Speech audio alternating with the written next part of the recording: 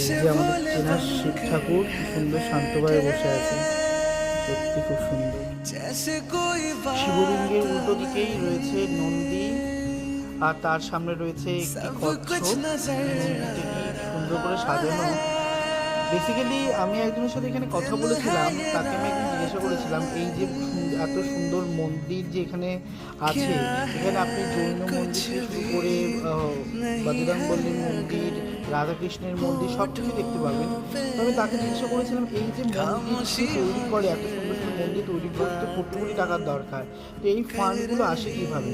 তো সে আমাকে বলেছিল এই ফান্ডগুলো আসে গভর্নমেন্টের থেকেও আসে, আর এখানে যেমন কমিটি থাকে, যেমন আমাদের কলকাতায় যেমন ক্লাব আছে, ক্লাব টাকা ইনভেস্ট করে, তারপর ক্লাবের কিছু যখন একটু প্রফিট হয় সেগুলো জমিয়ে জমিয়ে যখন ইনভেস্ট করে কোনো কিছু তৈরি করে, ঠিক সেরকমভাবে এখানেও সেম সিস্টেমে রয়েছে, কিন্তু এখানে গভর্নমেন্ট থেকে প্রচুর পরিমাণে